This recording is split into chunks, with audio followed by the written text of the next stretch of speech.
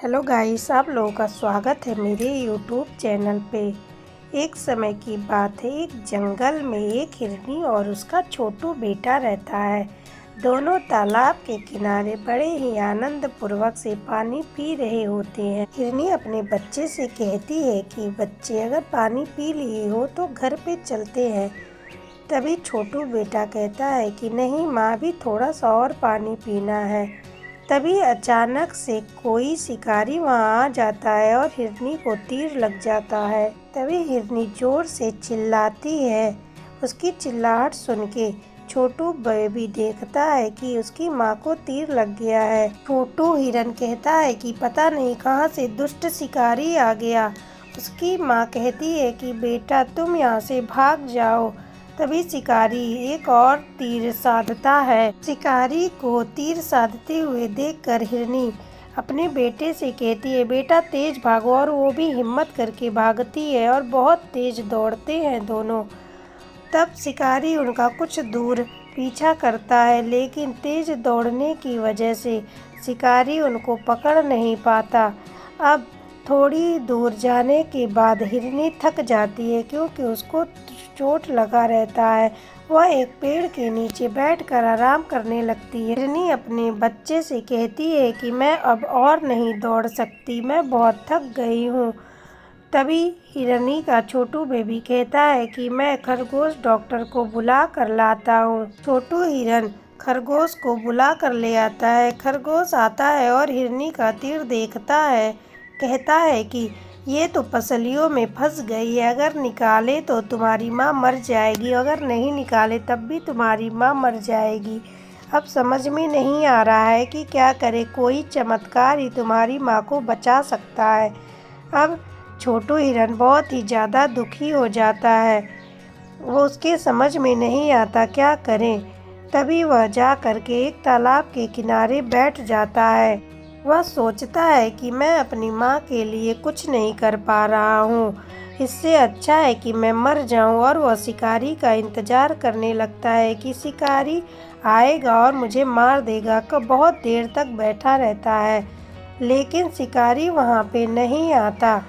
थोड़ी देर के बाद उसको पास में ही बैठे एक परी दिखाई देती है। छोटू हिरन परी के पास जाता और कहता है कि बहुत अच्छा हुआ कि आप मुझे मिल गए। मेरी माँ को तीर लगा है, आप प्लीज़ मेरी माँ के पास चलिए और मेरी माँ को अपने जादू से ठीक कर दीजिए।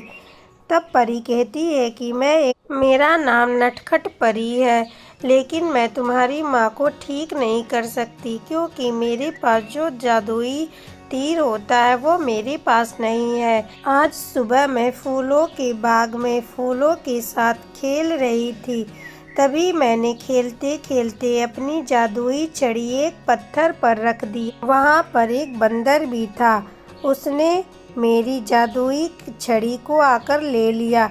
जब मैंने उससे अपनी जादुई छड़ी मांगा तो उसने कहा कि तुम सबसे पहले मेरी शादी करवा दो।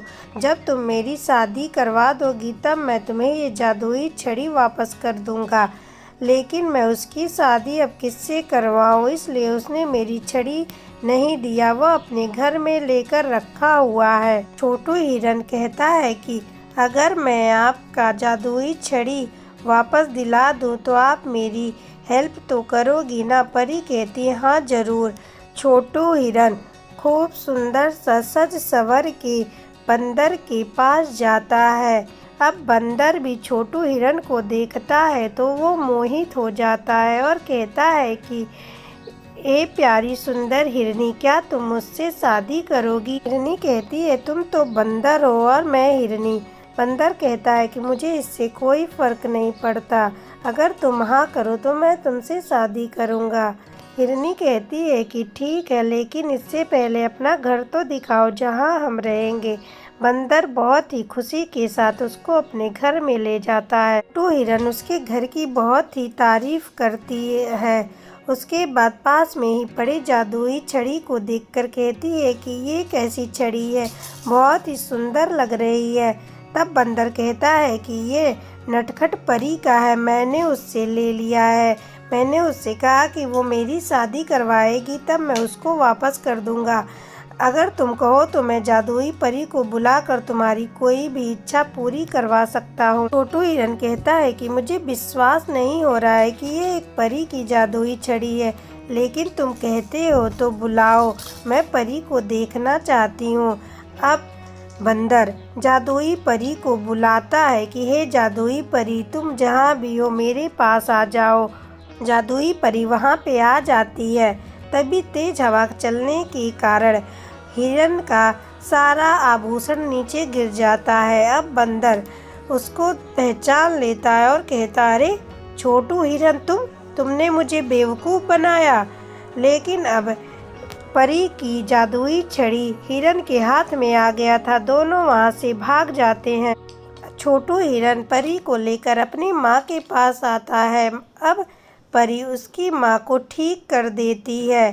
दोनों परी को धन्यवाद कहते हैं। परी कहती है कि कभी भी तुमको ज़रूरत पड़े तो मुझे याद कर लेना, मैं आ जाऊंगी।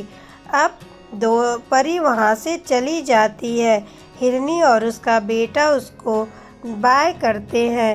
इस कहानी से यह सीख मिलती है कि हमेशा जो लोग अच्छा करते हैं उनके साथ अच्छा ही होता है। अगर ये कहानी आप लोगों को अच्छी लगी हो तो लाइक, सब्सक्राइब और शेयर करें और अच्छी अच्छी कहानियाँ सुनने के लिए कमेंट करें। धन्यवाद।